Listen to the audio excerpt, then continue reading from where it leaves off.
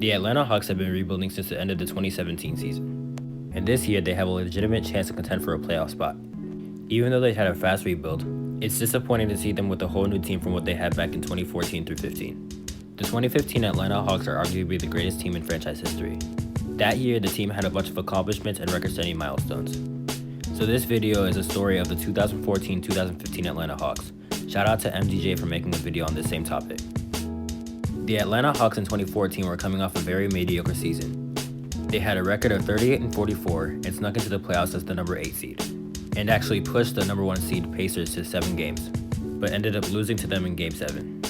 In the offseason, they lost Lou Williams, their best bench scorer, but eventually replaced him with Kent Bazemore. Through the first half of the 2014-15 season, the Hawks made a bunch of accomplishments, such as going on a winning streak that would span 19 games, as well as accomplishing the feat of having 4 All-Stars on the same team, as Al Horford became one of the NBA's most underrated centers, averaging 15 points along with 7 rebounds a game. Jeff Teague made the All-Star team as well, becoming one of the NBA's most underrated point guards, averaging nearly 16 points and 7 assists. Kyle Korver, however, was an All-Star replacement, but still accomplished the feat by having one of the greatest shooting seasons in NBA history, averaging almost 50% from 3, earning him a spot on the All-Star team, replacing the injured Dwayne Wade. And the final All-Star we have on the team is Paul Millsap. Millsap was the Hawks' premier scorer, and it would be no shock to anyone that he would be selected to his second consecutive All-Star game, averaging nearly 17 points and almost 8 rebounds. The streak and the 4 All-Stars were great, but I don't think any of that will compare to this feat right here. The Hawks topped the Eastern Conference by the level of teamwork that they used. The team moved the ball a lot, and had an amazing bench.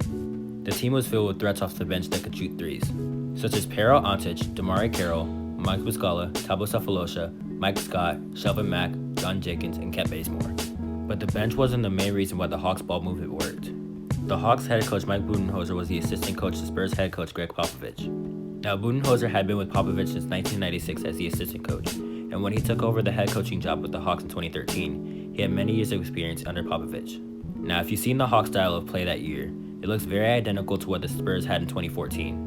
They beat the Heat in the NBA Finals and used good ball movement and teamwork to win it. And since Budenholzer had been with Popovich all these years, he found a game plan that just might have worked, and sure enough, it did, as the Hawks used that teamwork to earn a record of 60-22, clinching the top seed in the Eastern Conference. The playoffs began and things started to look a little bit weird. The Hawks needed 6 games to defeat the 8 seed Brooklyn Nets, which got people debating if the LeBron-led Cavaliers were a better team than the Hawks, even though everyone all season were claiming that the Hawks could beat them in a 6 or 7 game series. Expectations began to fall even harder in round 2. The Hawks took 6 games to defeat the 5th seed Wizards.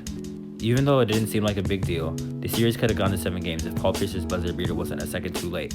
The Hawks ended up facing off against the Cavs in the Eastern Conference Finals, and the train fell off the tracks in this series for Atlanta, as Kyle Korver suffered an injury in Game 2. Al Horford got ejected in Game 3 as he and Matthew Dellavedova got into a little scuffle.